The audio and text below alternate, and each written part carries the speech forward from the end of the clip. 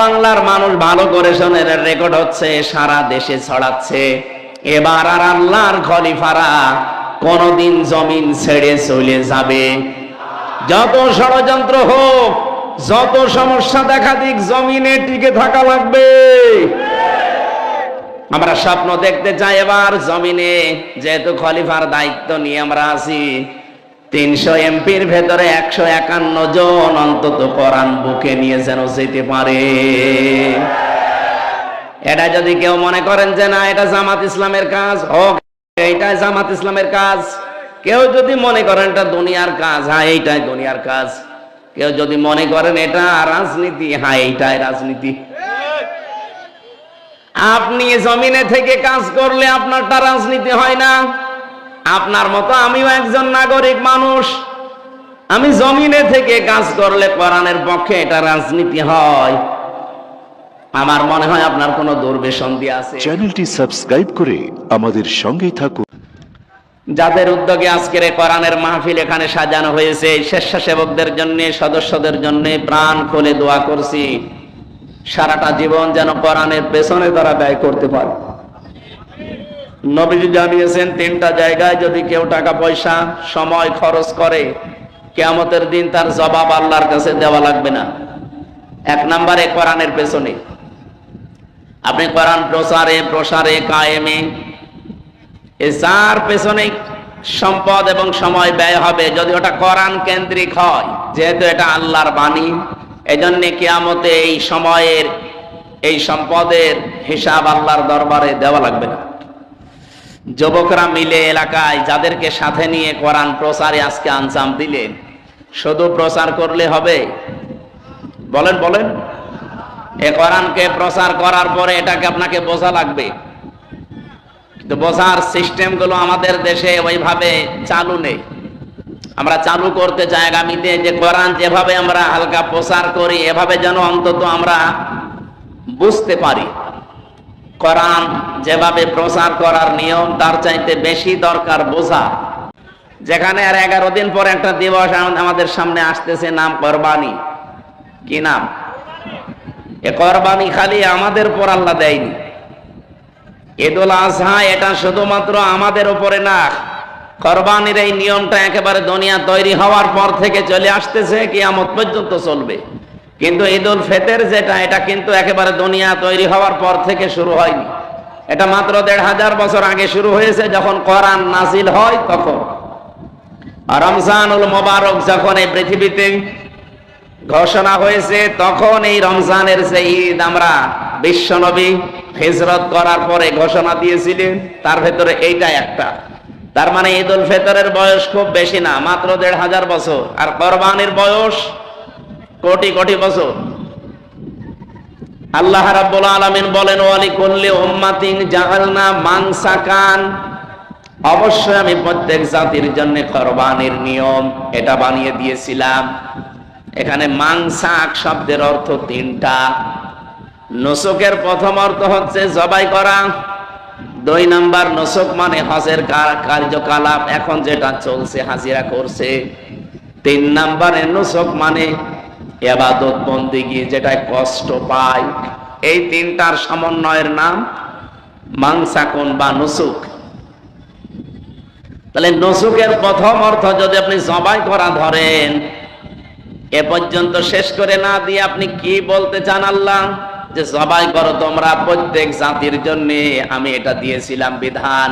লিয়াযকুরুসমাল্লাহি আলা মা রাযাকাহুম মিন বাহিমাতিল আনআম। বলেন আল্লাহু আকবার। আল্লাহ বলেন, পশু শুধু জবাই করলেই হবে না, এ পশু জবাই করার আগে যেন আমি আল্লাহর নাম তোমরা নিতে পারো। যেখানে পশু জবাই করার আগে এই কোরবানির শিক্ষা আছে, আল্লাহর নাম নেওয়া লাগবে। কোরবানির প্রথম শিক্ষা এটা, যা করবেন কার নামে? আরো জোরে বলেন। যা করা লাগবে আল্লাহর নামে। আপনি আল্লাহর নাম বাদ দিয়ে অন্য কাউকে ওখানে রিপ্লেস করবেন, এত পচাবে, দুর্গন্ধ সৃষ্টি হবে। এই জন্য আগামী থেকে যারা আসবেন, আল্লাহ বাদে অন্য কাউকে যেন সামনে নিয়ে আসার চেষ্টা করবেন না। আপনি কিছু বোঝেন তো নাকি আন্দাজে ঠিক বেঠিক বলছেন? বোঝেন কিছু? সুতরাং আমরা সামনে নিয়ে আসতে চাই কার নাম? কালিমাতুল্লাহি হিয়াল উলিয়া, আল্লাহু আজিজুন হাকিম। সবচাইতে উপরে থাকবে কার নাম বলেন তো? আমরা আর কাউকে উপরে রাখতে চাই না, সে বাবা হোক আর স্বামী হোক। অনেকে দেখি না, যে আসে সে উপরে তুলে ফেলে। কেন? ওখানে আল্লাহু আকবার লিখে দিতে পারেন না? লিয়াজকুরুসমাল্লাহ, যেন তারা, এই লাম এখানে জের দেওয়া আছে, যেন তারা আল্লাহর নাম উচ্চারণ করতে পারে। আলা মা রাযাকাহুম, তাদেরকে যে রিজিক গুলো দিয়েছি, মিন বাহিমাতিল আনআম, এই চতুষ্পদ জন্তু জানোয়ার এগুলো জবাই করার সময়, যেহেতু যে সমস্ত ভণ্ড দরবার গুলোতে আল্লাহর নাম বাদ দিয়ে অন্যের নাম উচ্চারণ হয়, কোরবানির শিক্ষা তারা আজও নিতে পারে। বলেন বলেন। আমার ভাইরা, আমি যে শিক্ষাটা এখান থেকে আমি নিজে পেয়েছি, আজকে থেকে কঠিন ভাবে সিদ্ধান্ত নেওয়া লাগবে, জীবনে যতদিন বেঁচে আছি আল্লাহ পাক ছাড়া কাউকে আমি উপরে নিয়ে যাব। আরো জোরে বলেন। যেহেতু কোরবানি এসেছে আমাদের সামনে, বেশি দিন আর নেই, 11 দিন বাকি আছে। মাত্র 11 দিনের ভেতরে আমাদের সিদ্ধান্ত পুরাপুরি নিতে হবে। এবার যদি সিদ্ধান্ত ভুল করেন, আমার মনে হয় আবার কতদিন পরে কোরবানি আসতেও পারে, নাও আসতে পারে। কারণ আপনার জীবনে হয়তো আপনি আর পাবেন না। আপনি বলেন আল্লাহ বাদে অন্য কারো নামে জিকির করা জায়েজ আছে, অথচ ওনারা ওই জিকির গুলো যখন করে, কত মানুষ দেখি তাদের সাথে তাল দেয়। এই জন্য দেয় কারণে জাতি কোরআন বোঝে না। কোরআন হয়তো পড়তে পারেন আপনি, কিন্তু বুঝতেন না। এই জন্য পড়ার পাশাপাশি আপনাকে বোঝা লাগবে। তাহলে কেউ এই কুষ্টিয়া জেলায় এসে ধোঁকা দিয়ে আমাদেরকে আর বোকা বানাতে পারবে না। 3 নম্বরে শুধু বুঝলেই হবে না, যতটুকু বুঝলেন ওইটা আপনি প্রচার করবেন, যতটুকু বুঝেছেন ওইটা আপনি মানবেন। এটা 3 নাম্বার শর্ত। আমার মাঝে মাঝে মনে হয় এই 3 নাম্বারটা যদি আমরা সবাই মিলে আমল করতে পারতাম, যে আমি যতটুকু কোরআন পড়ি ততটুকু বুঝি, আর এতটুকু আমি প্রচার করব, এতটুকু আমি মেনে চলবো, এই দেশে কোরআনের অনুষ্ঠানের জন্য কোনোদিন অনুমতি নেওয়া লাগতো না। লাগে না এতদিন? কথা বলে না কেন? আর লাগবে কোনোদিন না, কারণ জাতি এখন কোরআনে কারীম নিজে মানে এবং প্রচার করার দায়িত্ব অলরেডি নিয়েছে। এটা শুধু আমির হামজার দায়িত্ব না। বাল্লিগু আন্নি ওয়ালাউ আয়া, বাল্লিগ না বাল্লিগু, বহু বছর এটা নবীজি বলেন তোমরা সবাই মিলে প্রচার করো। যদি একটা আয়াত তোমার জানা থাকে, তাহলে দল মত নির্বিশেষে আজ আমরা যারা নবীর উম্মত দাবি করি, বলেন তো এই আয়াতটা, এই হাদিসটা যদি আমরা মেনে চলতে পারতাম, এই 15 বছরে আলেমের কাছ থেকে কেউ মাইক কেড়ে নেওয়ার সাহস পেত না। আমার স্পষ্ট মনে আছে 19 সালে, এটা ঘুরিয়ে দেন, গলা ভেঙে যাচ্ছে, ঘুরিয়ে দেন, ঠিক আছে। বেড়ামারা আঁক সেন্টারে এসেছিলাম, অনুষ্ঠানটা কমপ্লিট, আমি উঠবো, সেই সময় আল্লাহর বান্দারা উঠতে দিল না। কোথায় আছেন আপনারা আজ? আপনি তো আমির হামজাকে মানা করেন না, আপনি মানা করেছিলেন আল্লাহকে। কারণ আল্লাহর ওই কথাগুলো আমি শুধু অ্যাডভার্টাইজ করতাম। কথা বলেন ঠিক কিনা? কোরআনের প্রচারে যারা বিভিন্ন নাম দিয়ে বাধা দেন, আপনি তো হামজাকে বাধা দেন না, আপনি তো জামাত ইসলামকে বাধা দেন না, আপনি তো শিবিরকে বাধা দেন না, আপনি সরাসরি বাধা দেন আল্লাহ, নিজে আল্লাহকে। কারণ এই কথাগুলো আল্লাহরই প্রচার করার দরকার। আল্লাহর কথা উনি আমাদেরকে প্রতিনিধি করে পাঠিয়ে প্রচার করাচ্ছে। কারণ খলিফা শব্দের ব্যাখ্যায় আমি পড়েছি, খলিফা কাকে বলে আমরা অনেকেই জানি না। খলিফা মনে করে যে কাপড় চোপড় সেলাই করে ওইটাও খলিফা, চুল কেটে দেয় খলিফা, ভিক্ষা করে খায় খলিফা, এমনকি বিভিন্ন আস্তালায়, গাছতলায়, বাঁশতলায় যারা বসে আছে তাদের কাছে কিছুদিন থাকলে খলিফা, এর নাম খলিফা। খলিফা মানে স্থলাভিষিক্ত। আমি যেই কাজ করতাম আমি যেতে পারি না, আমি জসিম ভাইকে পাঠিয়েছে যে কাজটা করে আসো, এর নাম খলিফা। ওনাকে যদি কেউ অপমান করে, অপমান আমার গায়ে লাগবে। এই কথা বলে না কেন? কোরআন প্রচার করার দায়িত্ব আল্লাহর নিজের, যেহেতু আল্লাহর এটা সাজে না, তার শানের খেলাফ, এজন্য আল্লাহ আমাদেরকে পাঠিয়েছেন। ইন্নী জাইলুন ফিল আরদি খলিফা, আমি জমিনে খলিফা পাঠালাম, যাও। আপনি চিন্তা করেছেন কোনদিন এই আয়াতটা নিয়ে? ইন্নী, অবশ্যই আমি, জাইলুন ফিল আরদি, আল্লাহ কিন্তু এখানে জাইলুন ফিল খানকা বলেন নাই যে আমি খানকায় খলিফা পাঠাবো। ইন্নী জাইলুন ফিল মাদারিসি খলিফা, মাদ্রাসায় খলিফা পাঠাবো। ইন্নী জাইলুন ফিল মাসাজিদি খলিফা, মসজিদে খলিফা পাঠাবো আল্লাহ বলেন নাই। আল্লাহ বলেন ইন্নী জাইলুন ফিল আরদি খলিফা, আমি জমিনে খলিফা পাঠাবো। কোন জায়গায়? আরো জোরে আরেকবার বলেন, আরেকবার বলেন। ও বাংলার মানুষের, আজ 54 বছর দেশটা স্বাধীন হয়ে গেল। আল্লাহর বান্দা আমরা যারা খলিফা দাবি করি নিজেদেরকে, আমরা আজ জমিনে নেই। কেউ মাদ্রাসায়, কেউ মসজিদে, কেউ মক্তবে, কেউ খানকায়।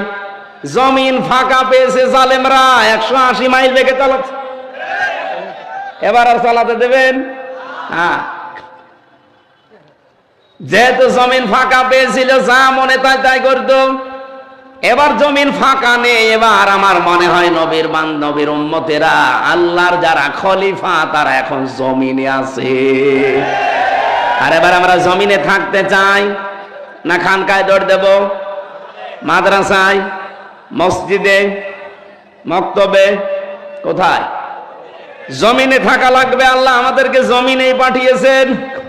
যেটা আল্লাহ পাকের শানের খেলাফ, এটা ঘরে ঘরে এসে কোরআনের কথা প্রচার করা, এটা আল্লাহর মানায় না। ওই দায়িত্বটা আল্লাহ আমাদের মতো মানুষকে খলিফা বানিয়ে পাঠিয়েছে। বাংলার মানুষ ভালো করে শোনেন, রেকর্ড হচ্ছে, সারা দেশে ছড়াচ্ছে। এবার আর আল্লাহর খলিফারা কোনদিন জমিন ছেড়ে চলে যাবে। যত ষড়যন্ত্র হোক, যত সমস্যা দেখা দিক, জমিনে টিকে থাকা লাগবে। আমরা স্বপ্ন দেখতে চাই এবার জমিনে, যেহেতু খলিফার দায়িত্ব নিয়ে আমরা আছি। 300 এমপির ভেতরে 151 জন অন্তত কোরআন বুকে নিয়ে যেন যেতে পারে। এটা যদি কেউ মনে করেন যে না এটা জামাত ইসলামের কাজ, হোক, এইটাই জামাত ইসলামের কাজ। কেউ যদি মনে করেন এটা দুনিয়ার কাজ, হ্যাঁ এইটাই দুনিয়ার কাজ। কেউ যদি মনে করেন এটা রাজনীতি, হ্যাঁ এইটাই রাজনীতি। আপনি জমিনে থেকে কাজ করলে আপনারটা রাজনীতি হয় না। আপনার মতো আমিও একজন নাগরিক মানুষ, আমি জমিনে থেকে কাজ করলে কোরআনের পক্ষে এটা রাজনীতি হয়। আমার মনে হয় আপনার কোনো দুর্বিসন্ধি আছে। কথা বলে না কেন? আপনার ভেতরে যে দুর্বিসন্ধি আছে, এটা কিন্তু মানুষ এখন বুঝে ফেলছে। আমি একটা হাদিস পড়েছিলাম, বাংলা বলবো, ওটা রাগ করবেন না। মুসলিম শরীফের হাদিস, নবীজি বলেন মানিদ্দাআ মা লাইসা লাহু ফালাইসা মিন্না ওয়ালিয়াতাবাওয়া মাকআদাহু মিনান নার। কোন ব্যক্তি যদি এমন জিনিসের দাবি করে যে জিনিস তার না, ওই জিনিস যদি সে নিজের আয়ত্তে নিয়ে নেয়, জোর করে, জবরদস্তি করে, দখল করে, চাঁদাবাজি করে, যেভাবে হোক, অন্যের জিনিস যদি নিজের আয়ত্তে নিয়ে নেয়, যেই দিন এই কাজ করেছে, ফালাইসা মিন্না, ওই দিন থেকেও নবীর উম্মত আর নেই। কি কথা বললেন না? আপনি বলেন তো বাংলাদেশে এই হাদিস মেলে না? এই জবাব দিলেন না? বলেন বলেন। কত মানুষকে আমরা দেখতে পেলাম এই হাদিস বাংলাদেশে, অনেকে আজ মেনে নবীর উম্মত থেকে অলরেডি বের হয়ে চলে গেছে। কথা বলেন ঠিক কিনা? দ্বিতীয় নম্বরটা আরো কঠিন, ওয়ালিয়াতাবাওয়া মাকআদাহু মিনান নার, সে যেন জাহান্নামে নিজের একটা স্থান তৈরি করে নিল। বলেন নাউজুবিল্লাহ। আমাদের জীবন যেন এরকম। এই কি বৃষ্টি হচ্ছে?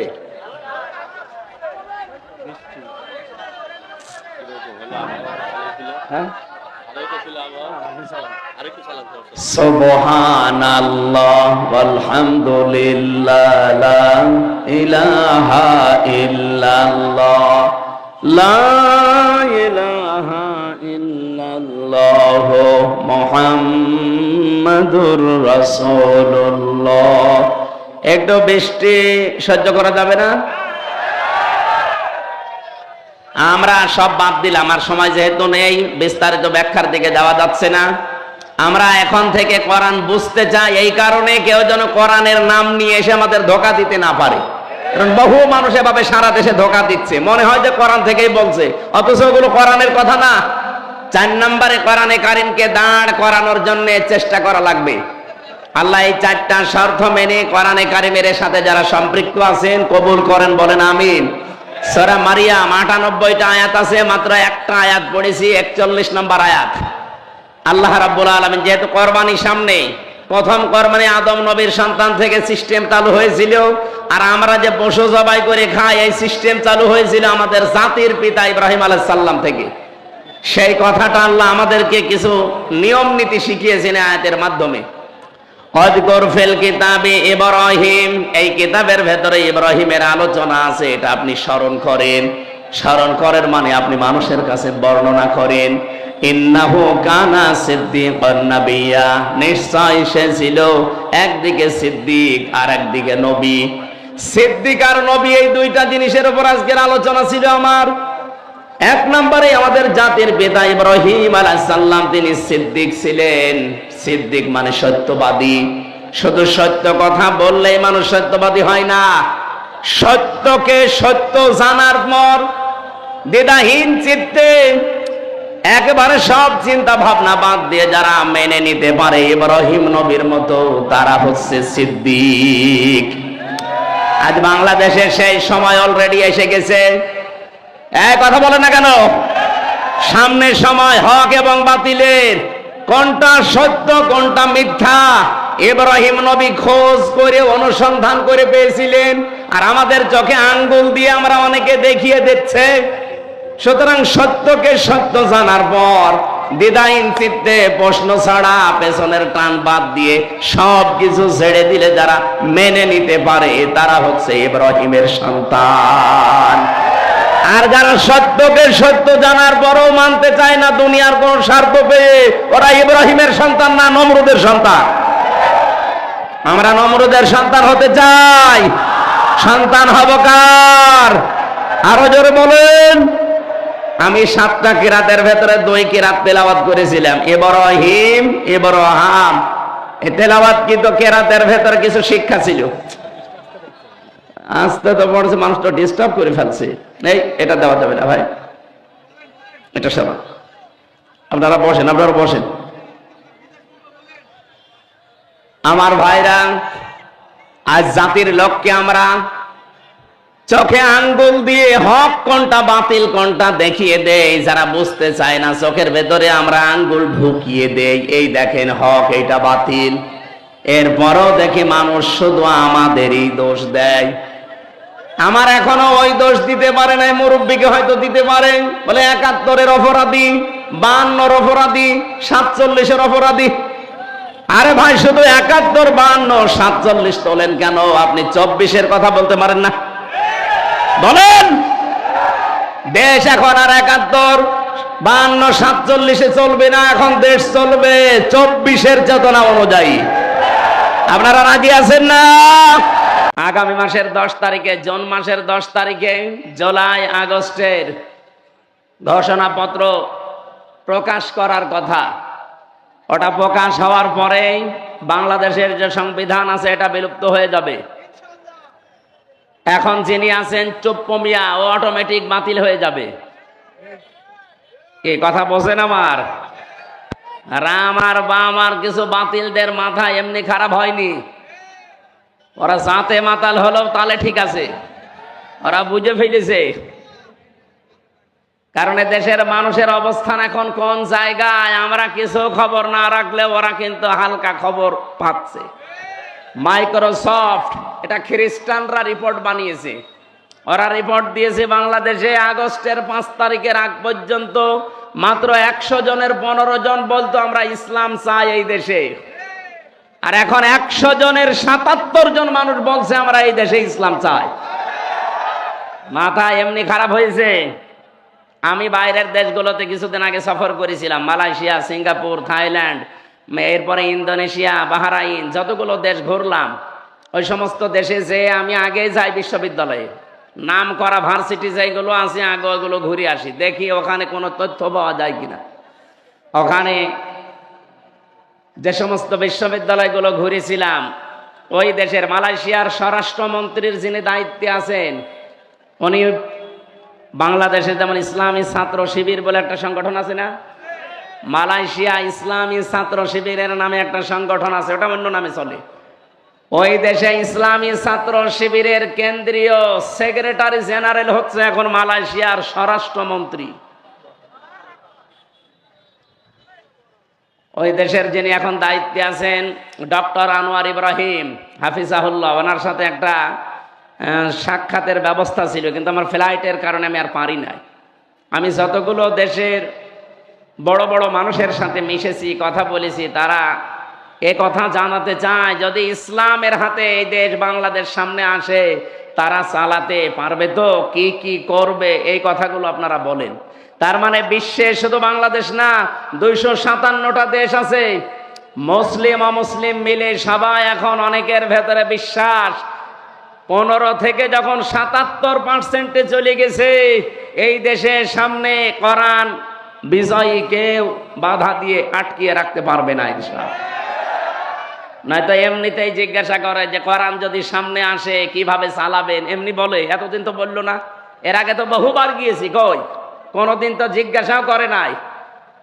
দেশের অবস্থা দেখে এই জরিপগুলো যেহেতু খ্রিস্টানরা বানিয়েছে, আমরা তো আর ঘুষ দিয়ে বানাইনি, লবিস্ট নিয়োগ করে বানিয়েছি, তারা এমনি আমাদের দেখতে পারে না।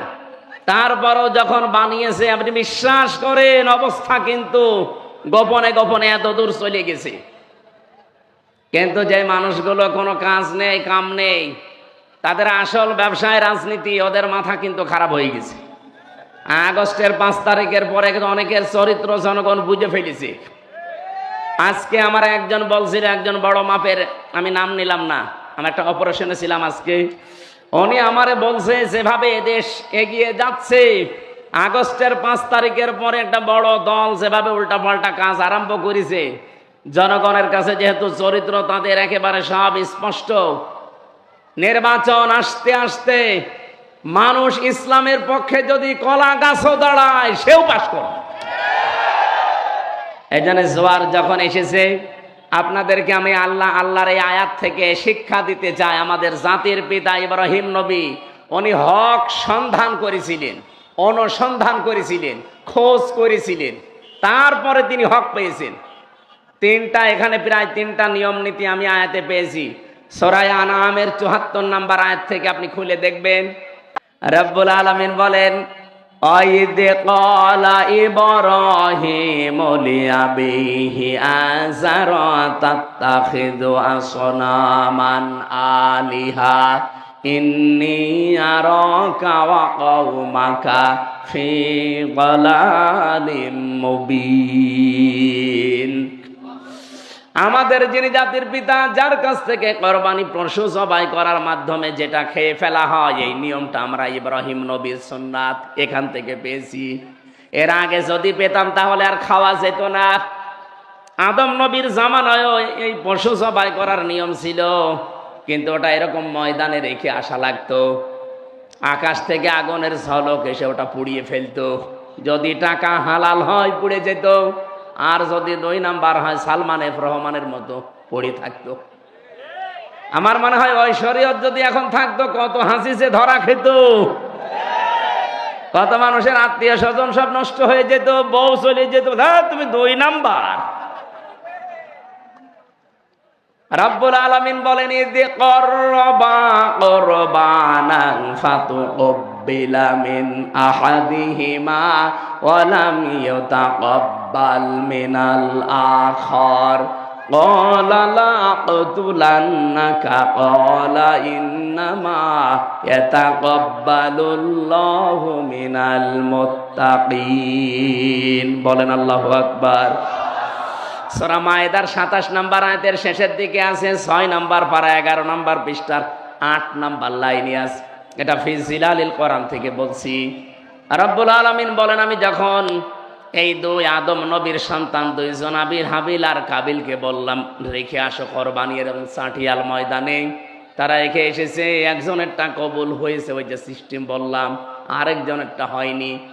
যারটা হয়নি সে তো চিন্তা করবে যে কেন হলো না, আমি কেন আল্লাহর দরবারে মনোনীত হতে পারলাম না, আমার এই কোরবানি কেন কবুল হইল না, এই চিন্তা করার দরকার ছিল। কিন্তু না, ও বলছেন ক্বালা লা আक़তুলান্নাকা, এই হাবিল তুই আমার বয়সে ছোট, তোর শরীরে শক্তি কম, তোর যোগ্যতা মেধা সব আমার চাইতে কম, এরপরেও তোরটা কবুল হয়ে গেল, আমারটা হইল না, তোরে আমি আর বাঁচতে দেব না, তোরেই মেরে ফেলবো। আপনি বলেন তো এটা কি মানুষের কাজ না কাবিলের কাজ? কাবিল মানুষ ছিল না?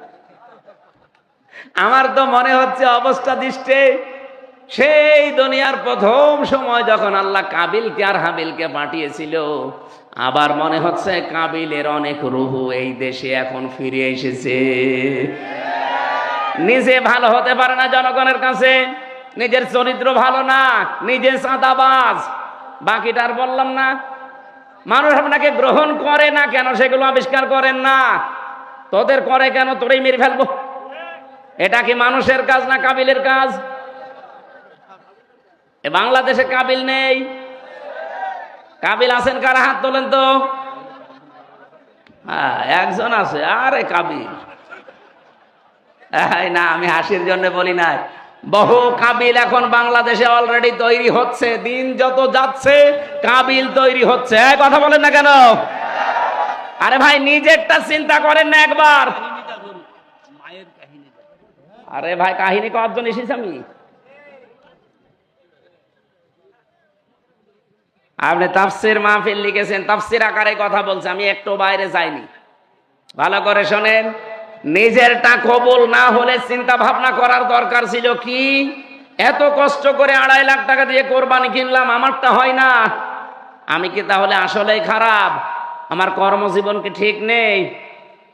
আমার চরিত্র কি আসলে ভালো হয়নি? এই চিন্তা করে আরো নিজেকে সংশোধন করার দরকার ছিল না। ও বলছে ক্বালা লা আक़তুলান্নাকা, লামে তাকিদ নুনে সাকিলা, ওই হাবিল তোরে আমি আর বাঁচতে দেব না। তোরটা কেন কবুল হয়েছে? এই ৫৪ বছরে যারা নিজের মেধা যোগ্যতা চরিত্র দিয়ে কাজ কাম দিয়ে জনগণের আস্থা অর্জন করে ফেলেছে, আপনি তাদেরই মেরে ফেলতে চান? মেরে ফেলে আপনি জনগণের মন পাবেন? ক্বালা ইন্নামা ইয়াতাকাব্বালুল্লাহু মিনাল মুত্তাকিন। হাবিল ওই দিন বলেছিল, ভাই আপনি আমার চাইতে বয়সে বড়, আপনার শক্তি বেশি, আপনি আমার আগে দুনিয়ায় এসেছেন, কিন্তু কান খাড়া করে শোনেন, ইন্নামা, ইন্নার পরে মা যোগ হলে বাংলা অর্থ আসে একমাত্র, কেবলমাত্র, শুধুমাত্র, হবেই হবে, এটাই। এরকম ৩৩টা অর্থ আছে। হাবিল বলতে চেয়েছিল, হে ভাই আমি গ্যারান্টি দিতে পারি শুধুমাত্র, কেবলমাত্র, একমাত্র আল্লাহ মুত্তাকিদের জিনিসপত্র গ্রহণ করে থাকে। এই জন্য তিনি কব্বালা দেননি, এটা কব্বালু দিয়েছেন। এটা মোজারে, বর্তমান ভবিষ্যৎ, প্রেজেন্ট ফিউচার। হাবিল বলতে চেয়েছিল, ভাই আপনাকে শুধু না, কিয়ামত পর্যন্ত যারা দুনিয়ায় আসবে সবাইকে আমি আজকে জানিয়ে দিলাম, আল্লাহ শুধু মুত্তাকিদের ইবাদত বন্দেগী কোরবানি গ্রহণ করছে এবং ভবিষ্যতেও করবে। এই জন্য আগামীর কোরবানি যদি কবুল করাতে হয়, জোর জবরদস্তি করা, দখলবাজি করা, চাঁদাবাজি করা বন্ধ করা লাগবে।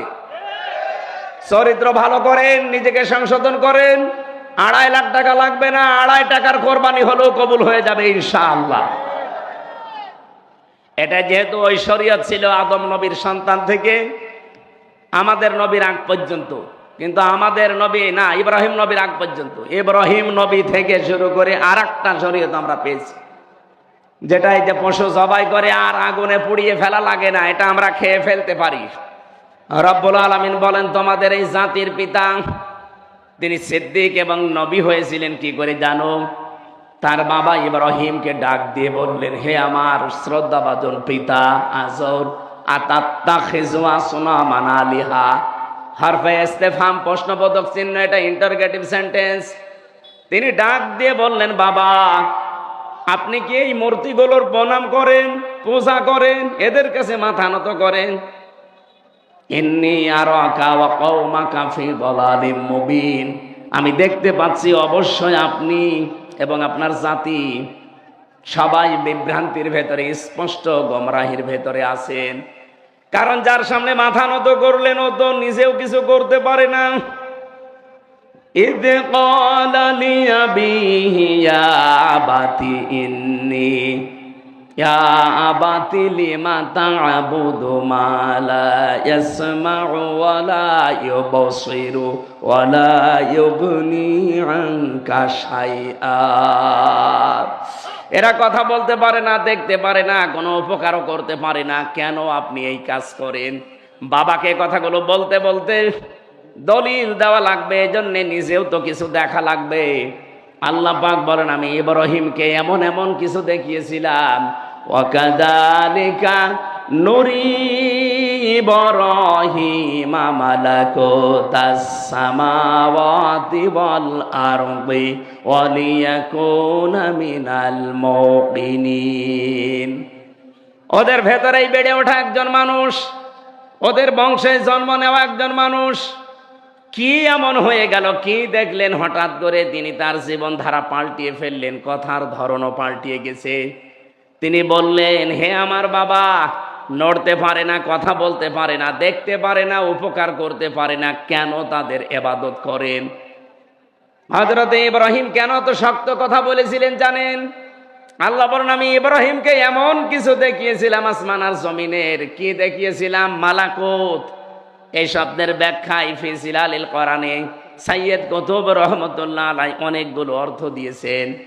আল্লাহ পাকের নবী ইব্রাহিম এই শক্ত কথা তার বাবাকে বলার পেছনে কারণ ছিল, এমন এমন নিদর্শন আল্লাহ তাকে দেখিয়েছেন, আসমান জমিনের পরিচালনার ব্যবস্থা এবং রাজত্বে, আল্লাহর যে রাজত্ব চলছে আসমান আর জমিনে, এই ক্ষমতা হযরত ইব্রাহিম নিজের চোখে অবলম্বন করেছিলেন।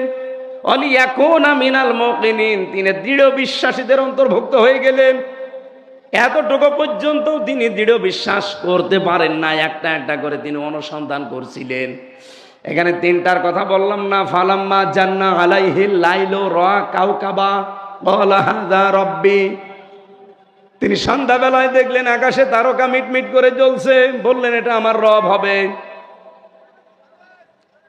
ওটা যখন অস্তমিত হয়ে গেল তিনি বললেন, ক্বালা ফালাম্মা ফালা ক্বালা লা উহিব্বুল আফিলিন।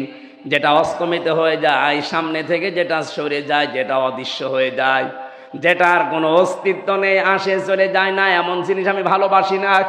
এরপরে তিনি চাঁদ দেখলেন, একই কথা বললেন। সূর্য দেখার পরও তিনি একই কথা বললেন।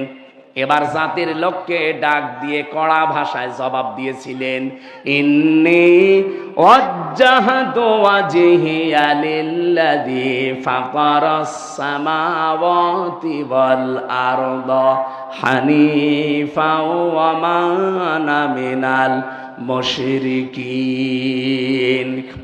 সূরা আনামের ৭৯ নম্বর আয়াতে আছে, হযরত ইব্রাহিম বললেন, জাতির লোকেরা, আমি আজকে আমার চেহারা ঘুরিয়ে দিলাম।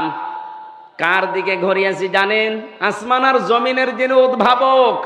এখানে ফাতারা শব্দটা আছে, তাফসিরে যারা পড়তে পারে, ফাতারন শব্দের বাংলা অর্থ হচ্ছে নমুনা ছাড়া, মডেল ছাড়া, আকার আকৃতি ছাড়া যিনি বানাতে পারেন, তার আরবি নাম হচ্ছে ফাতির।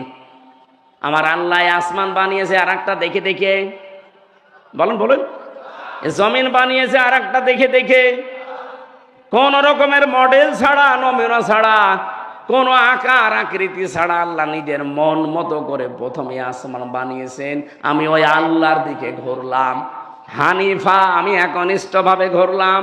ওয়া আনা মিনাল মুশরিকিন, আমি মুশরিক না। সুবহানাল্লাহ বলতে পারেন না? যেই বলেছেন আমি মুশরিক না, তোমাদের মতো মূর্তি পূজা, গাছ পূজা, আগুন পূজা, দরগা পূজা, দুর্গা পূজা, এগুলো আমি আর করি না। আমি এমন একজনের ঠিকানা পেয়েছি যার দিকে আমি একনিষ্ঠ ভাবে ঘুরলাম।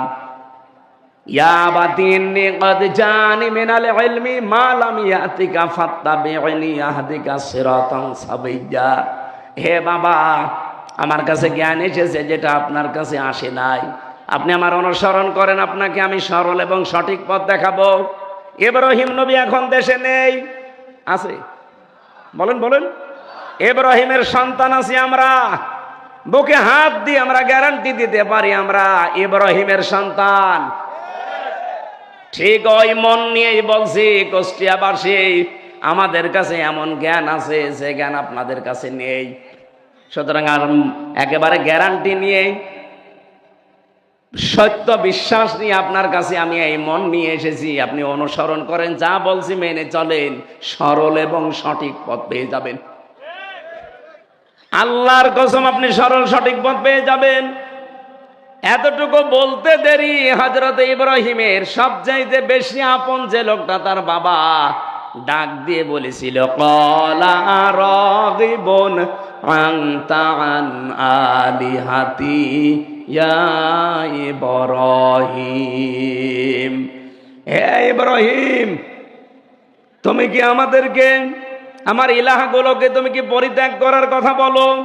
এখানে ইলাহ বলতে ওই জামানায় নাই, মূর্তি পূজা করতো তারা, তাদেরকে বসিয়েছেন। এখন বলেন এই হাজার হাজার পরে এখন ইলাহ শব্দের ব্যাখ্যা আপনি কি করবেন? আনতা আন আলিহাতি ইয়া ইব্রাহিম, হে ইব্রাহিম, আমাদের ইলাহগুলো সম্পর্কে তুমি কি আমাদেরকে দূরে সরাতে চাও? এখন ইলাহ শব্দের প্রথম ব্যাখ্যা হচ্ছে আইন কানুন যে তৈরি করতে পারে তাকে ইলাহ বলে। আর 54 বছর মানুষের তৈরি করা আইন দিয়ে, নিয়ম দিয়ে চলছে। যখনই আমরা বলি এই মানুষের তৈরি করা আইন বাদ দিয়ে আল্লাহর পাঠানো আইন দিয়ে ব্যক্তি, পরিবার, সমাজ এবং রাষ্ট্র চালাতে হবে, ওই নমরুদের মতো, আজরের মতো যে মানুষগুলো আছে তারাও আমাদেরকে ইব্রাহিমের মতো দুইটা কথা বলে। ওই জামানা ইব্রাহিমকে দুইটা কথা তার বাবা বলেছিল, লাইল্লাম তাংতাহিলা আরজুমান্নাকা ওয়াহজুরনি মালিয়া। ডাক দিয়ে বলেছিল ইব্রাহিম, যে কথা বললে এই কথা যদি নিজেকে মুক্ত করতে না পারো, যদি আমাদের দেবতাদেরকে গালিগালাজ বন্ধ না করো, যদি বলো যে আমি মুশরিক, এ কথা বললে ছেড়ে দেব। যদি বলো আমি মুশরিক না, আমি শিরিক করি না, আমি পার্টনারশিপ করে চলি না, 1 নম্বরে আমি তোমাকে হত্যা করব। বাবা বলছে এই কথা। 2 নম্বরে তুমি আমার কাছ থেকে ওয়াহজুরনি মালিয়া, দূরে চলে যাও, যেন তোমাকে আমি আর না দেখি, তোমার কথা আমার মনে না থাকে। আমার তো মনে হচ্ছে ঠিক এই কথাটা ইব্রাহিমের সন্তানদের 100 ভাগ খাপের খাপ মিলে যাচ্ছে। আমরা যখন ওই আল্লাহর কথা তুলে ধরি, আল্লাহর আইনের পক্ষে কথা বলি, ঠিক যারা মানুষের তৈরি করা আইন কানুন জমিনে কায়েম করতে চায়, এতদিন যাদেরকে আমরা অভিভাবক মনে করতাম, বড় ভাই বলতাম, দাদা বলতাম, ঠিক জানো তারা এখন আমাদের জানের শত্রু হয়ে দাঁড়াচ্ছে। ইব্রাহিমকে বলেছিল লাইল্লাম তাংতাহিলা আরজুমান্নাকা, লামে তাকিদ নুনে সাকিলা, তোরে আমি মেরেই ফেলবো, হত্যা করে ফেলবো। আজ বিভিন্ন জায়গায় আওয়াজ তুলছে না, বলেন ওয়াহজুরনি মালিয়া, অথবা আমার কাছ থেকে দূরে চলে যাও। দেশ থেকে দাঁড়িয়ে দেওয়ার জন্য কত রকমের কায়দা কৌশল এখন তৈরি করছে সামনে। আপনারা যত কিছু করেন না কেন, আমরা নমরুদের সন্তান না, আমরা ইব্রাহিমের সন্তান। আরো জোরে, জোর হলো না? ইব্রাহিম বলেছিলেন ওয়াতাসিলুকুম ওয়ামা তা'বুদুনা মিন দুনিল্লাহি ওয়া আদউ রাব্বি ওয়া লা মা'কুম বিদুআইকা রাব্বি শাকিয়্যা। তোমরা যাদের সাথে আর শরীক করো মানুষের তৈরি করা আইন নিয়ে, কেউ দরগা পূজায়, কেউ দুর্গা পূজায়, কেউ পীর পূজায় ব্যস্ত আছো, আমি সব ছেড়ে দিলাম। ওই আল্লাহ বাদে তোমরা যাদেরকেই ডাকো আমরা কাউকে মানি না। আজ বাংলাদেশে যারা আল্লাহর দিন কায়েম করতে চায় তাদের স্লোগান এইটাই। এক কথা বোঝা লাগবে, তাদের স্লোগান এইটা না। অথচ এই 54 বছর ধরেই তাদের উপর একটা মিথ্যা তহমত লাগানো আছে, তা তাদের আকীদা ঠিক নেই। কে বলেছে আপনাকে? বাংলাদেশ জামাত ইসলামীতে যারা আছে তাদের আকীদা হচ্ছে জমিন আল্লাহর, আইন চলবে আল্লাহর। এই কথার বাইরে যদি তাদের আকীদা থাকে, আমি কোরআন শরীফ মাথায় নিয়ে বলছি আপনাদের, তাদের ভোট দেবেন না। যদি তারা বলে যে জমিন আল্লাহর, আইন চলবে আমার নেতার না, এমনকি মওদুদী সাহেবের আইন চলবে, তাদের ভোট দেবেন না। যদি বলে যে জমিন আল্লাহর, আইন চলবে আল্লাহর, এ কথা বলার পরও যারা বলে এদের আকীদা ঠিক নেই, আপনার কি আকীদা দেখি আপনার আকীদা দেখি। এই মিথ্যা তহমতটা কেন লাগান একটা মানুষের উপরে? আমি তো নিজে মিশে দেখেছি তাদের, জমিন আল্লাহর, আইন চলবে আল্লাহর, এইটাই জামাত ইসলামের আকীদা। যদি জামাতের থাকে জিজ্ঞাসা করে দেখেন, এর বাইরে আকীদা থাকলে ওনাদেরকে ভোট দূরের কথা আত্মীয়তা করবেন না। দরকার মেয়ে বিয়ে দেয়া থাকলে মেয়ে বাদ দিয়ে নেবেন, আকীদা ঠিক নেই। কিন্তু জমিন আল্লাহর, আইন চলবে আল্লাহর, এই আকীদা ঠিক নেই। এটা কি আমাদের আকীদা না নবীদের আকীদা? বলেন বলেন। ইব্রাহিম নবী আকীদা পোষণ করতেন, যারা আল্লাহ বাদে মিন দুনিল্লাহ, অন্য কারো সাথে যারা আছো, আমি সব থেকে ইতিজাল, আমি দূরত্ব বজায় রাখলাম, সব ছেড়ে দিলাম। ওয়াদউ রব্বি, আজকে থেকে আমি শুধু আল্লাহকে ডাকবো, আমার রবকে। আলাম আকুম বিদুআইকা রব্বি শাকিয়া, আমি আশা করছি আমার রব আমাকে হতভাগ্য করবে না, আমার ডাকে আল্লাহ সাড়া দেবে। সেই বিশ্বাস আমাদের নেই? আরো জোরে বলেন আছে কিনা? সুতরাং একনিষ্ঠ ভাবে যারা ফিরে এসেছি, বিপদ আপদ মুসিবত ষড়যন্ত্র 1 আর 2 আসবেই, কারণ এখনো নমরুদের বাচ্চারা দুনিয়া থেকে শেষ হয়ে যায়নি। এমনকি ইব্রাহিমের সন্তান যারা, তারা আমরা যেমন শেষ হয়ে যায়নি, বিপরীত যারা নমরুদ, তারা শেষ হয়ে গেছে। আমরা বেঁচে থাকলেও লাভ, মরে গেলেও লাভ। আর নমরুদ বেঁচে থাকলেও ক্ষতি, মরে গেলেও ক্ষতি। হযরত ইব্রাহিম তিনি আল্লাহর পরিচয় খুঁজতেছিলেন, অনুসন্ধান করতেছিলেন, শেষ পর্যন্ত তিনি পেয়ে গেলেন, মেনে নিলেন। আর আমরা এমনিতে তিনি সিদ্দিক হয়েছেন। সত্যকে সত্য জানার পরে বাবা বিপক্ষে, বংশের লোক বিপক্ষে, দেশের মানুষ বিপক্ষে আগুনে দিয়েছে, এরপরও তিনি সত্যকে ছাড়েননি। আল্লাহ বলেন, তুমি সাধারণ শুধু খলিল না, তোমাকে আমি খলিল দিয়েছিলাম পরীক্ষার কারণে, আজকে থেকে তোমার আরেকটা নাম দিলাম, ইন্নাহু কানা সিদ্দিকান, তুমি সিদ্দিক। সত্যকে সত্য জানার পরে দুনিয়ার সব পেছনে ফেলে যারা মেনে নিতে পারে, এরা সিদ্দিক। এই সিদ্দিক বাংলাদেশে বড় অভাব। খালি আমরা আবু বকর সিদ্দিক হয়ে বসে আছি, কিন্তু সিদ্দিক যে কিভাবে হওয়া লাগে, হযরত আবু বকর এমনি সিদ্দিক হননি। এমন একটা কঠিন বিষয় তিনি বিশ্বাস করেছিলেন, যেটা আল্লাহ পর্যন্ত বলতে গিয়ে আশ্চর্য হয়ে গেছে। সুবহানাল্লাযী আসরা বিআবদিহি লাইলাম মিনাল মাসজিদিল হারাম ইলাল মাসজিদিল আকসা। আল্লাহ নিজে পর্যন্ত আশ্চর্য হয়ে গেছে ঘটনাটা বলতে, এই জন্য তো সুবহান ব্যবহার করলেন। যেই ঘটনা বলতে আল্লাহ নিজে আশ্চর্য হয়ে যায়, সেই ঘটনা যখন আবু জেহেল শুনেছে, একবারেই বলেছে মুহাম্মদ মিথ্যাবাদী। শুধু এতটুকুই বলে নাই, বলছে পাগল হয়ে গেছে লোকটা। আবু বকরের কাছে বলার পরে এক দৌড়ে গেলেন নবীজির কাছে, হে নবী, আপনি কি এটা বলেছেন যে মেরাজ হয়েছে আমার? বললেন, হ্যাঁ। তোমার বিশ্বাস হয় না? হযরতে আবু বকর সিদ্দিক কথা বলতে দেরি, নবীজি বললেন, হ্যাঁ আমার মেরাজ হয়েছে, তোমার বিশ্বাস হয় না? হযরত আবু বকর বলেন, আমি বিশ্বাস করেছি। এমন সারা জীবন নদীর পানি এদিকে জ্বলছে, হঠাৎ করে আপনি বললেন নদীর পানি উল্টা দিকে যাচ্ছে, 1 সেকেন্ডও দেরি করব না আমি বিশ্বাস করতে। নবীজি বললেন, ও আবু বকর, এত বড় কথা তুমি বিনা প্রশ্নে দ্বিধাহীন চিত্তে বিশ্বাস করে নিলে, তোমারে আমি আজকে আর খালি হাতে ফেরত দিতে পারি না। আজকে থেকে তোমার নামে একটা লকব লাগিয়ে দিলাম, তুমি শুধু আবু বকর না, তুমি আবু বকর সিদ্দিক। তিনি সত্যকে সত্য জানার পরে আবু জেহেলের মতো ডিনাই করেননি, পেছনে ফেলে রাখেননি, মিথ্যা প্রতিপন্ন করেননি। সত্যকে সত্য জানার পরে দ্বিধাহীন চিত্তে প্রশ্ন ছাড়া মেনে নিয়েছিলেন, এই জন্যই তিনি সিদ্দিক। আর কিয়ামতের দিন আল্লাহ চারটা ভাগ করবেন, মিনান নাবিয়িনা ওয়াস-সিদ্দীকিনা ওয়াশ-শুহাদা ওয়াস-সালিহিন। প্রথম কাতার থাকবে নবীদের, এরপরে সিদ্দিকদের, এরপরে শহীদদের, এরপরে সালিহিন বান্দাদের। নবীদের কাতারে তো আমরা উঠতে পারবো না, কারণ ওটা নির্ধারিত। সিদ্দিকদের কাতারে ওঠা যাবে যদি সত্যকে সত্য জানার পরে দুনিয়া একদিকে আর আপনি যদি মেনে নিতে পারেন। আমার কথার অর্থ যদি না বুঝে থাকেন হাত তোলেন যে আমি বুঝি নাই। সত্যকে সত্য জানার পরে যারা প্রশ্ন ছাড়া দ্বিধাহীন চিত্তে যারা মেনে নিতে পারবেন, কিয়ামতের দিন তারা সিদ্দিকে আকবরের সাথে উঠবেন।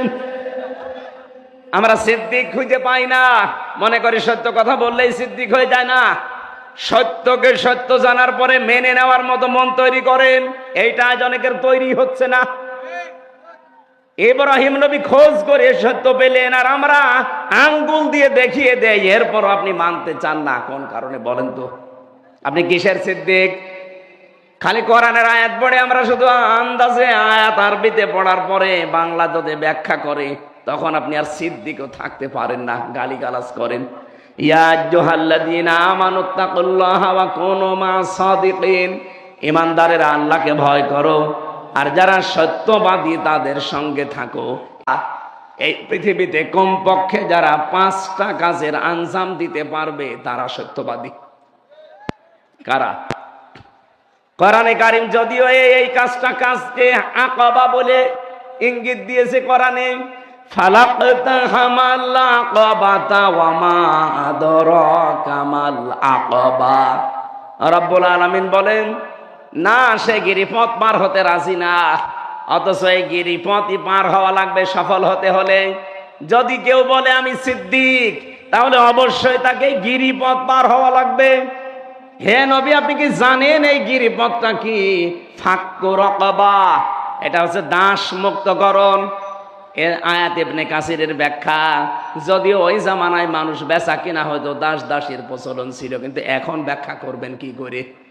এখন ব্যাখ্যা করতে হলে ফাক্কু রাকাবার ব্যাখ্যা হচ্ছে মানুষের তৈরি করা আইন, এগুলোর গোলামি যারা করে, এখান থেকে যারা আল্লাহর তৈরি করা আইনের পক্ষে নিয়ে আসে, এই মানুষগুলোই হচ্ছে সিদ্দিক।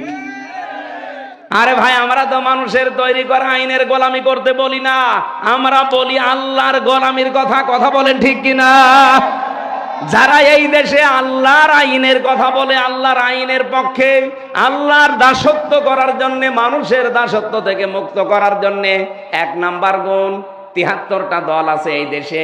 কোন দলের এই গুণটা আছে আপনি বলেন? আপনি আন্দাজে বলবেন না, আপনি ভেবে চিন্তেই বলেন। 73টা দল এখন কাজ করছে মানুষের তৈরি করা আইন থেকে আল্লাহর দাসত্ব করার জন্য। কারা চেষ্টা চালাচ্ছে আপনি বলেন তো, একবারে বলেন।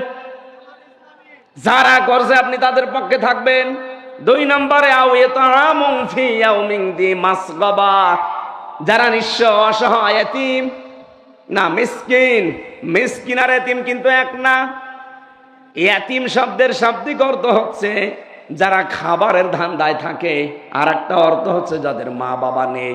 কিন্তু মিসকিন মানে সাকানাস কোন থেকে, মিসকিন মানে যার বসবাসের ঘর বাড়ি নষ্ট হয়ে গেছে, মাথা গোজার ঠাঁই নেই, এমন মানুষের সামনে যারা যারা দাঁড়ায়, এই মানুষগুলো হচ্ছে আল্লাহর ভাষায় সিদ্দিক। সত্যকে সত্য জানার পরে এগিয়ে গেছে। আগস্টের 5 তারিখের পরে দেখবেন মে মাসে, জুন মাসে এই দেশে বন্যা এসে অনেকের ঘর বাড়ি মাথা গোজার ঠাঁই নষ্ট করে দিয়েছিল। কথা বলে না কেন? কত দল আছে এই দেশে বলেন? একটা দলকে আমরা এগিয়ে যেতে দেখলাম না। ওই ফেনীতে, ওই কুড়িগ্রামে, ওই সিলমারির চরে যারা ভেসে গেছে, বাড়ি ঘর নেই, নিজেদেরও চলে না, এরপরও দেখলাম এই মানুষগুলো সেখানে যে সাধ্য মতো ত্রাণ দিচ্ছে। টাকা আপনার ছিল না, কয় টাকা দিয়েছেন আপনি? এ কাজ তো আপনার টাকায় হবে না, কারণ আপনাকে আল্লাহ সত্যবাদী হিসাবে গ্রহণ করে নাই।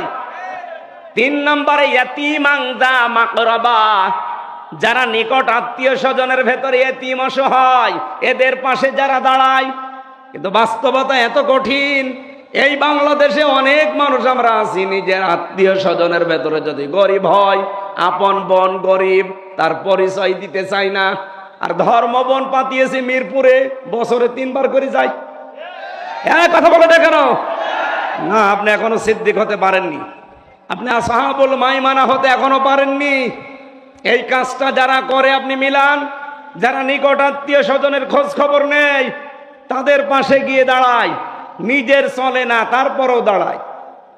এরা এমনি দাঁড়াতে পারে না, এদের পরিবারগুলো ঠিক এইভাবে তারা গড়ে তুলেছে। বাংলাদেশে বহু মানুষ দাঁড়াতে পারেন না তাদের পরিবারের কারণে, আমি তো জানি। এই গুণটা আপনিও অর্জন করতে পারতেন, এতিমাংদা মাকরবা, কিন্তু পারছেন না। আপনার নিকট আত্মীয় স্বজন গরিব মানুষ যারা আছে, চাচা হোক, বোন হোক, ফুফু হোক, এই প্রতিবেশী আত্মীয় স্বজন, এদের কাছে যেতে পারেন না, তাদের হক আদায় করতে পারেন না। একটাই কারণ, আপনার বউ বাধা দেয়, আপনার শাশুড়ি বাধা দেয়। এরকম পরিবার দেশে নেই। আমাদের বাধা দিয়ে আটকারে আসতে পারে না, কারণ আমরা ছোটবেলা থেকে ওইভাবে তৈরি করি যে এতিমাংদা মাকরবা হওয়া লাগবে। গরিব থেকে এটা এসেছে।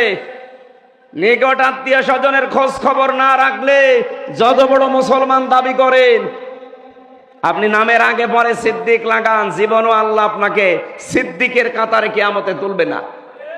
এই জন্য বউ যারা এসেছেন, বিভিন্ন জায়গায় বসে আছেন মা বোনেরা, আপনি যদি চান আপনার স্বামী আরো বেশি দিন বেঁচে থাক, আপনার স্বামীর সম্মান মর্যাদা ইজ্জত দুনিয়ায় আরো বেড়ে যাক, আপনি সব সময় স্বামীকে দিয়ে চেষ্টা চালাবেন। দেখো, আর যাই করো, আমাদের পক্ষে হোক বিপক্ষে হোক, নিকট আত্মীয় যাদের রক্তের সম্পর্ক, এইগুলোর হক আদায় করো। এরকম বউ দেশে কম না বেশি? বলেন বলেন। পাওয়া যাচ্ছে না। আজ হাজারো পরিবারের শান্তি নেই বউ শাশুড়ির জন্য। স্বামীগুলো আজ মানসিক রোগী হয়ে যাচ্ছে। আমি কি বেশি বলে ফেললাম? বলেন বলেন। সম্মানিত মা বোন যারা এসেছেন, কিসের নামাজ পড়েন আপনি? আমি জানি যে আপনার রাগ হচ্ছে, আপনি মনে মনে দোয়াও করছেন যে হুজুর এতক্ষণ ভালো ছিল, কি আমাদের পেছনে আবার লাগলো, হুজুর যেন মরে যায়। যাব মরি, তারপরও সত্য বলে যায়। আজ আপনাদের এই বউ আর শাশুড়ির ছোট মনের কারণে হাজারো স্বামী আমরা আজ মানসিক রোগী।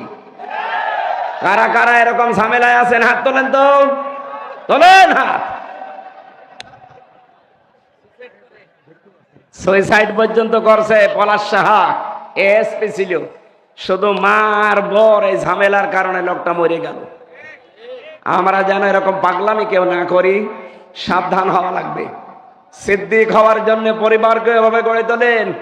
এই জন্য বাংলাদেশে ৭৩টা দলের একটা দল আমি পেয়েছি, যেই দল করলেই হয় না, ওই দলে প্রতি সপ্তাহে 2 দিন করে অন্তত পারিবারিক বৈঠক করা লাগে কোরআন আর হাদিস দিয়ে। খালি আপনি সিদ্দিক হবেন হবে না, তার পরিবারটাও সিদ্দিক করা লাগবে। এই কথা বলেন না কেন?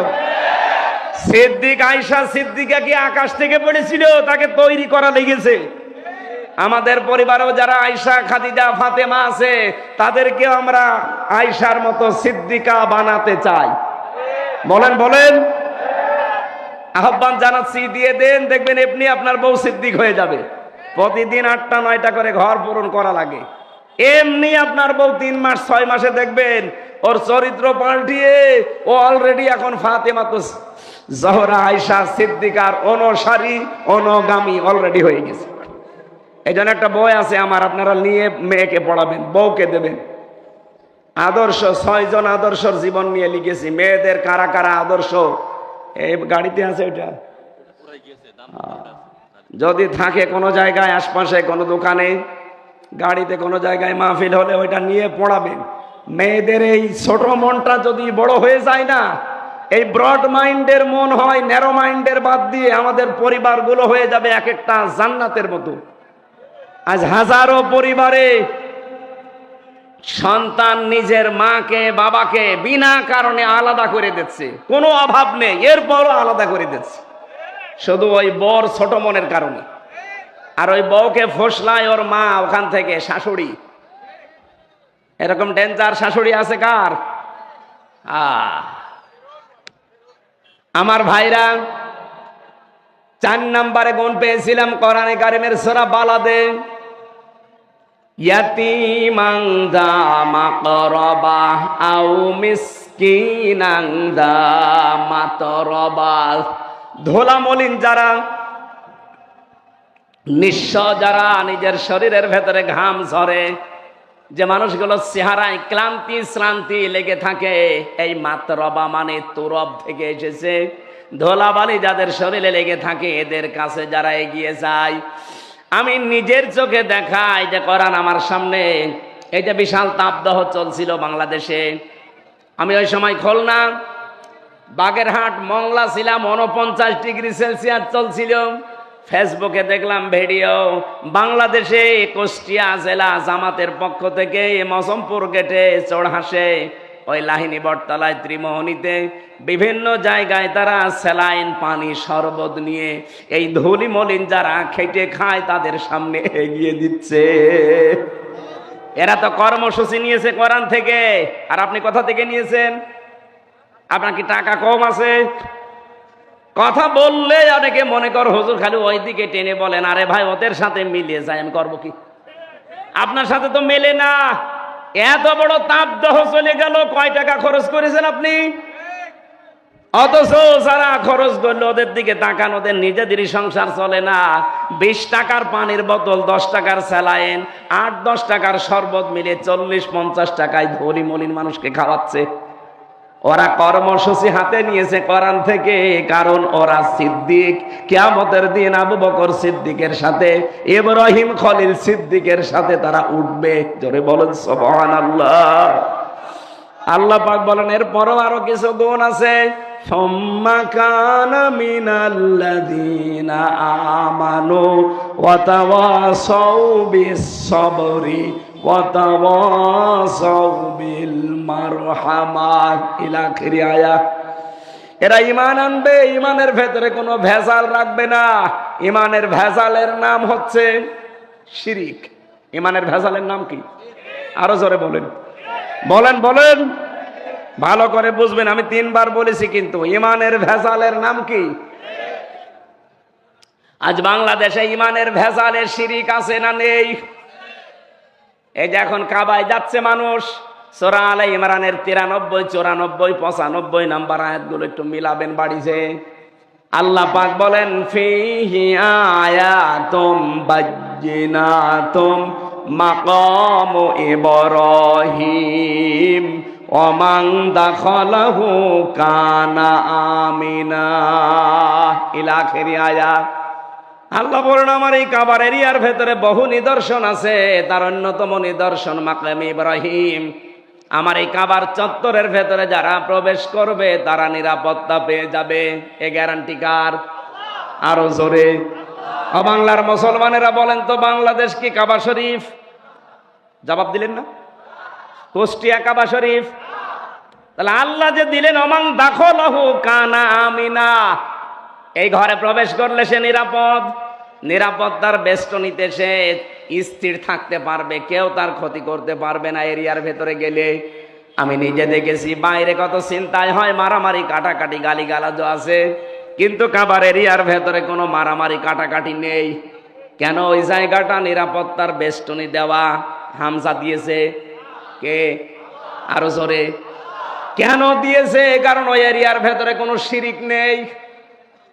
কাবার এরিয়ার ভেতরে কোনো শিরিক নেই, এ কারণে আল্লাহ বলেন আল্লাযীনা আমানু ওয়া লাম ইয়ালবিসু ঈমানাহুম বিজুলমিন উলাইকা লাহুমুল আমনু।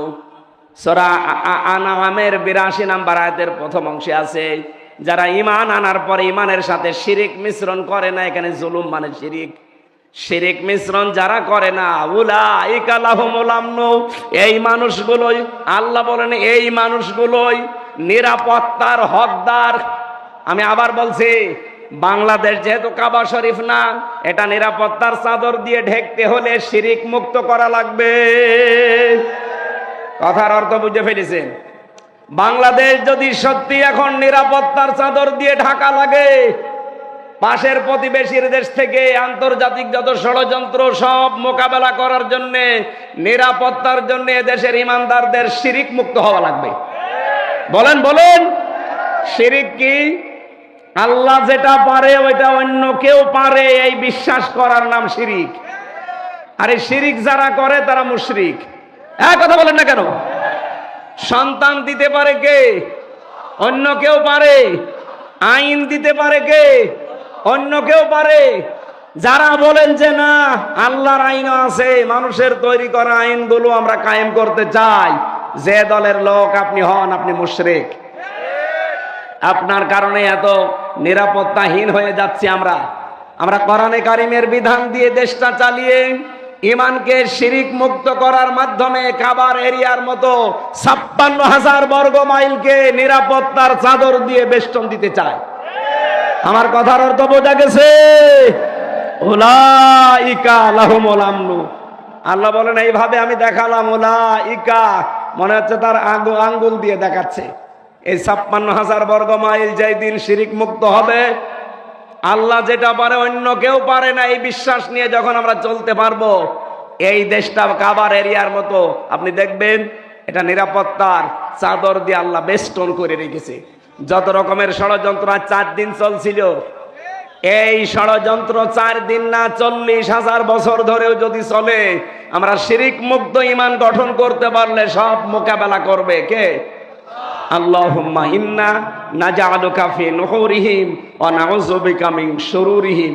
মুখস্থ করে এটা সব সময় মুখে রাখবে। আল্লাহ ওদের মোকাবেলায় আমরা তো পারলাম না, তোমাকে রাখলাম। পারবেন আল্লাহ?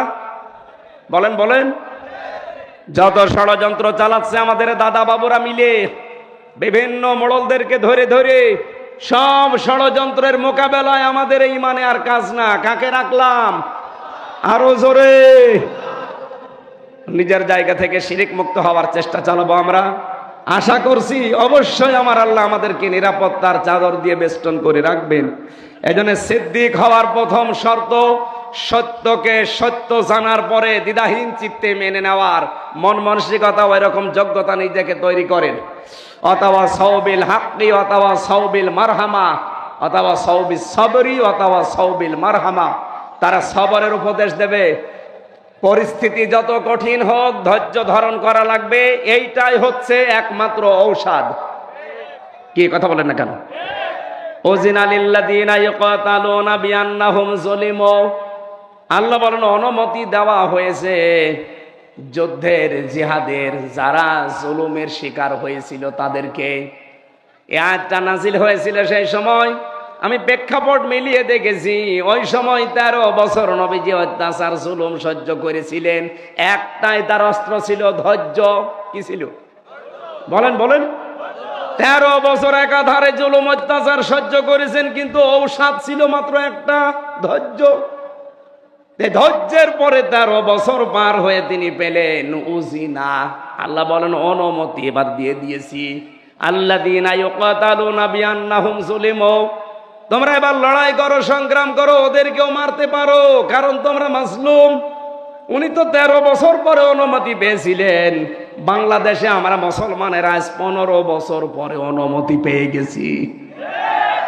উনি যদি 13 বছর পরে অনুমতি পায়, 15 বছর পরে পাবো না? এই কথা বলে না কেন? এই জন্য আজকে দুপুর বেলা একটা আয়াত পড়ছিলাম, ইকাতিলুনা ফি সাবিলিল্লাহ ফায়াকতুলুনা ওয়া ইউকতালুন। তোমরা লড়াই করবা, সংগ্রাম করবা আল্লাহর রাস্তায়, আগে মারবা এরপরে মরবা। আগে মায়ের খাবা এরপরে মারবা না, আগে মারবা এরপরে মরবা। এখন মার দেওয়ার জন্য যে সিস্টেম দরকার ওগুলো আমরা জানি না, কারণ আমাদের হাতে ওইরকম কিছু নেই। ওইগুলো এখন তৈরি করা দরকার। আজ পাকিস্তান একটু দাঁড়িয়েছিল, এরা নমো নমো বলে টের পাচ্ছিল। শেষ পর্যন্ত বাপ ডেকেছে, সৌদি আরব ধরে হয়নি, আমেরিকারে ধরে বলছে বাবা বাঁচান। আমারও মনে হচ্ছে এখন ফায়াকতুলুনা ওয়া ইউকতালুন। দেশি বিদেশি যত ষড়যন্ত্র আমাদের বিরুদ্ধে আছে, আমরা তো 13 বছর না 15 বছর পার করে ফেলেছি। আমাদেরকেও আল্লাহ অনুমতি দিয়ে দিয়েছে। এখন আমাদেরকেও শক্তি অর্জন করা লাগবে, মিডিয়া হাতে নেওয়া লাগবে। এই কথা বলছেন? আজ ওদের ছেলে মেয়েরা ডাক্তার হয়, আমাদেরকেও ডাক্তার বানাতে হবে। ওরা ডাক্তার দিয়ে আমাদের মারবে, আমরা ডাক্তার দিয়ে ওদেরকে বাঁচাবো। ফায়াকতুলুনা ওয়া ইউকতালুন। ওরা যেই জিনিস দিয়ে মারে, তোমরা আগে ওখানে মারো, এরপরে মরবা। মরা পরে, আগে মারা লাগবে। ওরা আজ ওদের ছেলে মেয়েদেরকে ইঞ্জিনিয়ার বানায়, রডের বদলে বাঁশ দিয়ে আমাদের মারে।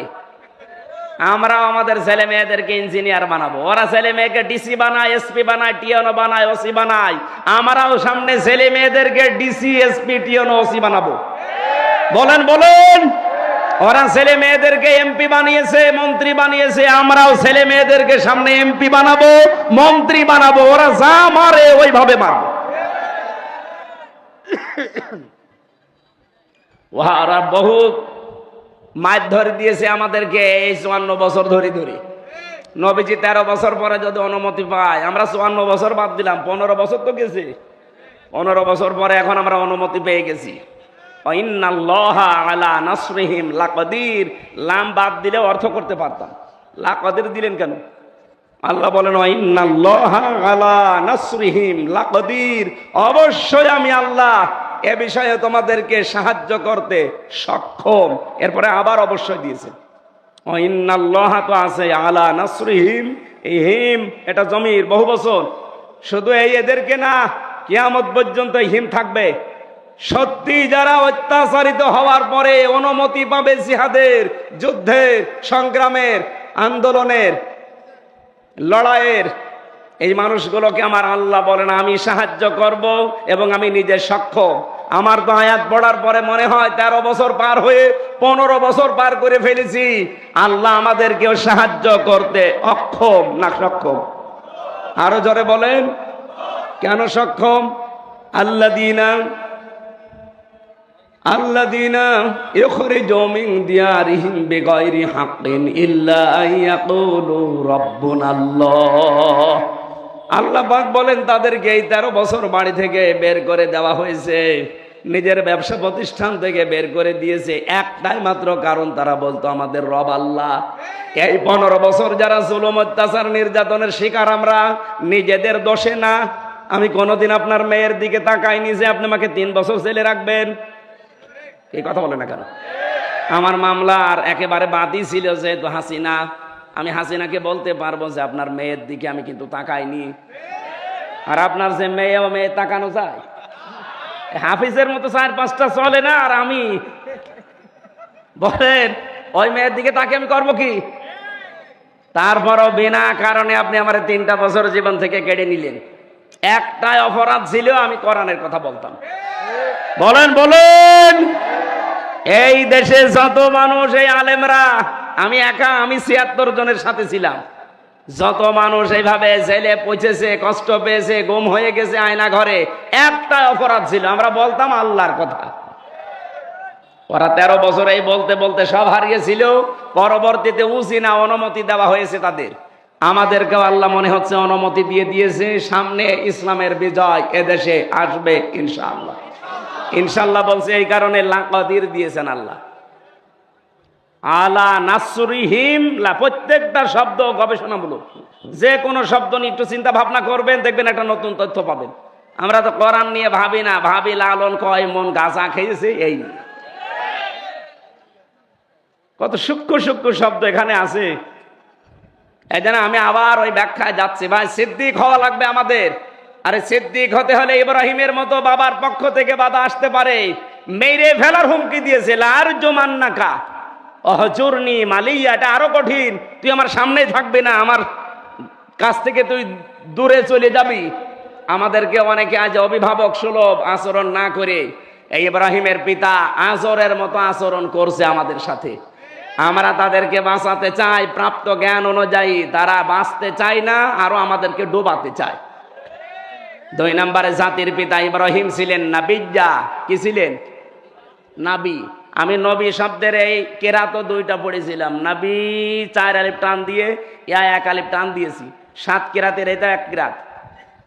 উনি নবী ছিলেন। কেমন নবী? নবী শব্দের শাব্দিক অর্থ হচ্ছে সংবাদ বাহক। এটা নাবা থেকে এসেছে। নাবা মানে ব্রেকিং নিউজ বলা হয়। নাবা শব্দের অর্থ কি? এটা ইংরেজিতে আপনি লেখেন NEWS, নিউজ। এই যে আজকে আমাদের সাথে যে বক্তা ছিল, উনি একজন সাংবাদিক। এই যে নবী বলা হয় ওনাকে, যদি উনি ওহী পায়নি, এন দিয়ে যদি আপনি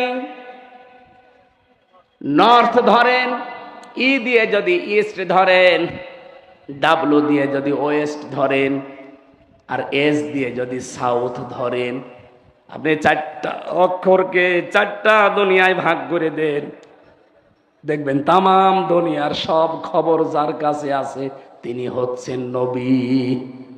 আল্লাহ তাকে নবী বললেন কেন?